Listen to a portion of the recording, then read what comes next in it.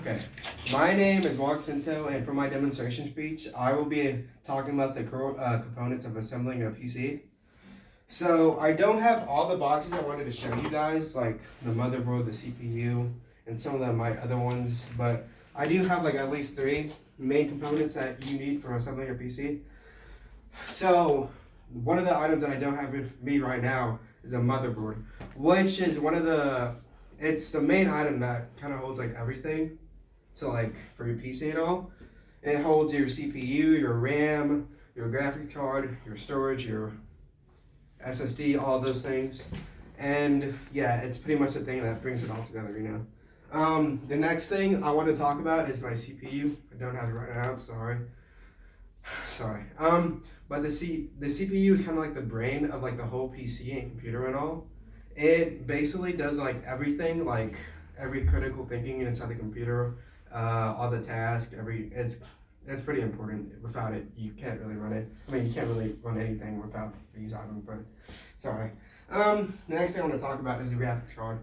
The graphics card is what pretty much shows like the things on the monitor or TV or whatever you want to plug your computer in. But this is what like powers it, and like it's really difficult to explain like how like what each can do. But this is like a newer and like more powerful generation than like the other. The 5070 is a better model than the other ones, like the 30s, the 3000s, the 4000s. But this pretty much like displays like everything you basically need on a computer and all. The next item I want to talk about is the battery, or the battery. You basically need this to power on your computer and all. It depends on like what items you have in your PC, but if they're more powerful, they're gonna need like more watts and all that. If they're less powerful, less watts. I think my PC takes around 500 watts, so I got like 750 watt power supply right here. So it can like, if I ever need to upgrade and exchange it for like a more powerful like items in my PC, I can always still have this unless I get over like the limit and stuff. The next item I want to talk about is like the whole entire cooling system. So I have other things as well, like fans and all, but I think I bought like a lot of fan boxes for those. So I also got this as well. This is an AIO. It's basically like a water cooler, but like less advanced than the other ones. It basically runs the water through the faucets, and then the fans cool it. So like pretty much cools the PC down. You need this. You don't really need this. I mean, it helps, but you can also have fans instead. Let's see. SSD. I didn't bring it. Forgot about it. I'm sorry. But the SSD is also the storage. I think what SSD I have right now in my computer is at least 2 terabytes.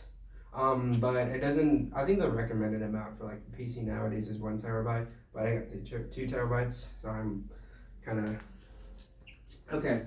Storage, RAM. RAM is, it's like, it's the ability to do like multiple tasks at once.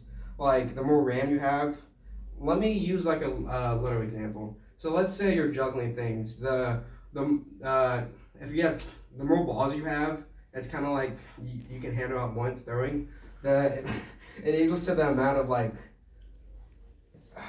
it's hard to explain, but let's say if you have like at least 6,000 megabytes of RAM, you could handle like more balls at once. But if you have less than that, it gets limited. You know, the more RAM you have, the more your PC can like handle tasks and all that. But yeah, I think the final thing I wanted to talk about is the case. The case is what is pretty much where you put like all your components inside. So once you install that, I think the only other thing you really need to do is like the wiring and all. But once you get that, got yourself a PC. Thank you for listening.